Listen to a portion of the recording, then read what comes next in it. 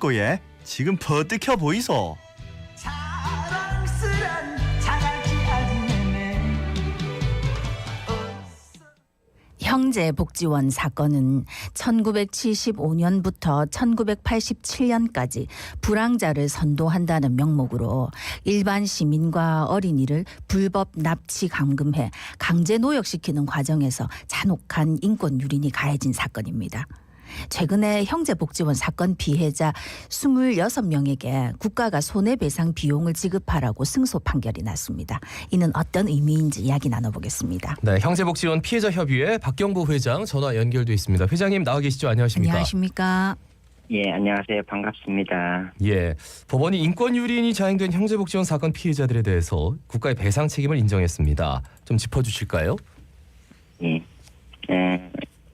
지난달 21일 날 저희 형제복지원 사건이 진실규명되고 이후에 그 이전에를 포함해서 처음으로 법원에 판결 선고가 나왔습니다.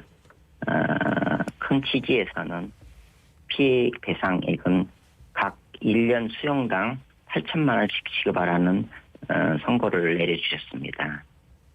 예. 네, 요게 이제 국가의 손해배상 책임이 인정된 적은 처음인 거지요? 예, 처음입니다. 예. 네. 어떤 그동안의 그 국가 시설, 형제복지원을 비롯해서 여러 가지 영화숲 재생원, 서울시 마동보서 국가 보호시설에 있어서는 어떤 면에서 처음 판결을 내려주신 거라고 생각합니다. 예. 그러니까 당장 사건 피해자 26분이 이제 손해배상 비용을 지급하라 이런 승소 판결을 받았는데 이번 선고가 좀 앞으로 여러 가지 지금 계속 소송이 진행 중인 사건들에 대해서도 영향을 좀 주겠네요. 어떻게 보십니까? 영향을 많이 끼칠 거라 생각하고 예. 소송을 처음으로 준비한 저희들이 심적 부담도 상당히 컸습니다. 네네. 혹시나 해서 다른 판결이 나올 시에는 추가적으로 그 후에 시설들 또 이 직접적인 형제복지원 나머지 소송 사건이 대략 한 20개 정도 진행 중입니다. 네. 네, 그래서 너무 참 그동안에 심적으로 부담이 많이 됐고 조마조마 좀 애를 많이 태웠습니다. 네. 그렇겠네요. 그러면 이번에 이제 재판부의 판결 내용을 하나씩 좀 살펴보겠습니다. 이 위자료 산정의 근거에서 국가 책임을 명시했다 하던데 이 부분 설명 좀 부탁드리겠습니다. 당시 국가가 주장하는 것은 지금 국가 측 변호인들도 끊임없이 그걸 주장합니다. 네.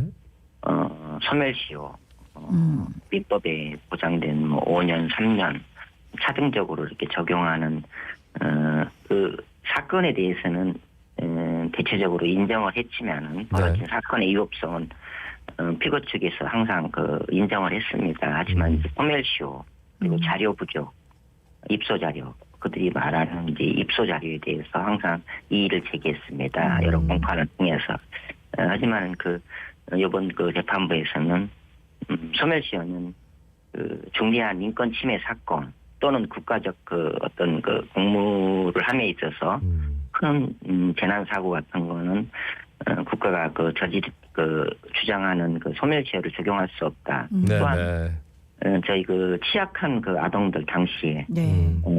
그 사건의 피해자로 인지를 못한 그런 환경이나 연령이나 이걸로 봤을 때는 피해 사실을 인지한 날로부터 즉 진실하위원회에서 진실규명이 내려진 지난해 8월부터 소멸시효를 적용할 수밖에 없다. 네네네. 그 점은 재판부에서 피고들이 주장하는 소멸시효에 대해서는 엄하게 이유 없다고. 예. 그러니까 소멸시효 지난 것도 아니지만 예.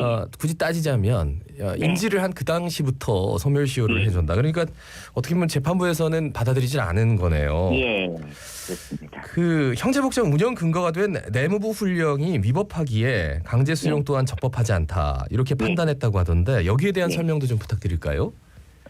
당시 75년 12월 12일로 알고 있습니다. 내무부 훈령이 발효된. 하지만 내무부 훈령 근거에 의해서도 그 이전에 아동복지법, 아동복리법에도 불법으로 단속을 하든가 감금을 하든가 그 또한 위법하다. 내무부 훈령 근거를 당시에 그 재판부 피고 측에서 이제 원고 측에서 이제 주장하던 그런 내용들이 사실상 유명무실하게 됐습니다. 그래서 어떠한 경우라도 헌법에 기초가 되는 불법 체포, 불법 감금에 대해서는 그 훈령에 의해서도 훈령의 근거를 뒀을지언정 예. 그 또한 아동복리법 그 앞서 있던 헌법에 보장된 침해하였다 이렇게 명시하셨습니다. 예. 예. 그래서 이제 이번 판결로 형제복지원 피해자들은 이제 판결을 환영하면서 정부가 판결에 불복해가지고 항소해서는 안 된다 하는 목소리를 낸 걸로 알고 있습니다. 어떻습니까? 항소 이루어졌습니까? 항소는 저기 송달 당시 이제 재판 21일 날 선고를 함에 있어서 판결문을 송달 받은 날로부터 2주 14일 정도로 규정을 해야 했습니다. 네. 네. 그럼 얼추 지금 지난 거네요.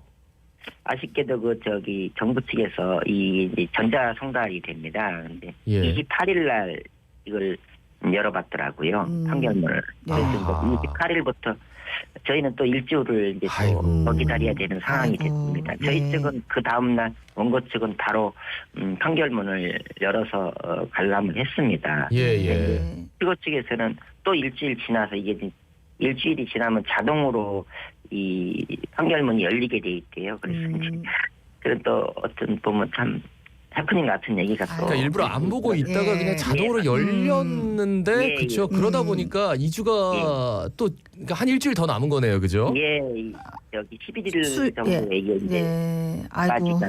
참 그런 그 저희들은 이런 거를 이제 아이고. 여러분들은 참 겪으면서 네.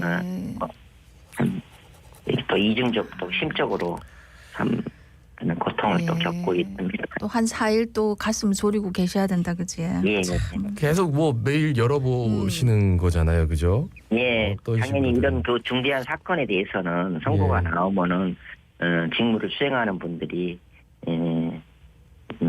전자상달을 받은 날, 그 다음 날, 그날 바로 열어서 예.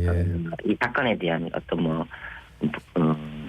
인지를 좀 했어야 되는데 참 그런 점이 국가기관에 참 직무에 있어서 좀 피해자분들이 좀 네. 혹시나가 또 역시나구나 하는 그런 심정들을 갖고 있습니다. 근데 만약에 이제 항소가 이루어질 경우를 대비하고 계신지 그것도 궁금하네요. 예, 사실 저희 피해자들이 분들이 이번에 소장을 접수함에 있어서 어제도 저희가 이제 부산에서 모임을 좀 가졌습니다. 네네. 소장에 올라가지 못한 이런 사연들이 참 많습니다. 네. 그냥 요즘 사회적으로 어렵고 우리가 무슨 애국시사도 아니고 이 소송을 해야 되냐 말아야 되냐 처음에 그런 생각들 많이 했습니다. 그래서 네네네. 지난번에도 말씀드렸듯이 우리가 거리를 배회한 것도 우리 잘못, 부모를 잊어버린 것도 우리 잘못, 무슨 국가에 우리가 돈을 받겠냐 이렇게들 살아왔습니다. 따라서 청구 금액 자체도 저희가 당한 피해에 비해서는 사실상 굉장히 하향된 그런 그 청구 네. 취지를 냈습니다. 그런데 만약에 항소를 한다면 이 피해자들의 분노나 그런 게 많이 염려됩니다. 현실적으로. 네. 그래서 따라서 피해자분들은 뭐 국가에 큰 것을 많은 것을 네네. 바라는 게 아니라 최소한 이 정도 법원에 그것도 저희가 주장했던 대로가 아니라 법원의 1심 판결 재판부에 내려진 최소한 이 정도로 그냥 수용하는 쪽으로 아마 이 정도면 최소한의 우리가 위로가 되지 않겠냐가 저희는 항소를 포기했습니다. 네네. 국가가 만약에 항소를 하게 되면 또 2차적으로 피해자분들은 굉장한 그 심적 고통을 아마 겪을 네. 거라고 생각하고 있습니다. 예, 물론 뭐 지금 당사자분들도 그렇지만 다른 소송을 진행하고 있는 수많은 분들도 네. 이게 항소가 이루어지지 않았으면 하는 바람을 다 갖고 계시겠네요, 그죠? 네, 이제 이 진실화위원회 그 저희 형제복지원을 비롯해서 여러 사건들 약 15,000명 이상 되시는 분들이 아마 직접적인 그 시각으로 지금 애타게 지금 이 그렇겠네요. 사건을 지켜보고 있습니다. 그래서 이제 대부분이 이 과거사 말 그대로 과거사의 피해자분들이라 대부분 고령입니다. 그리고 네네. 사회적 취약계층들이 많습니다.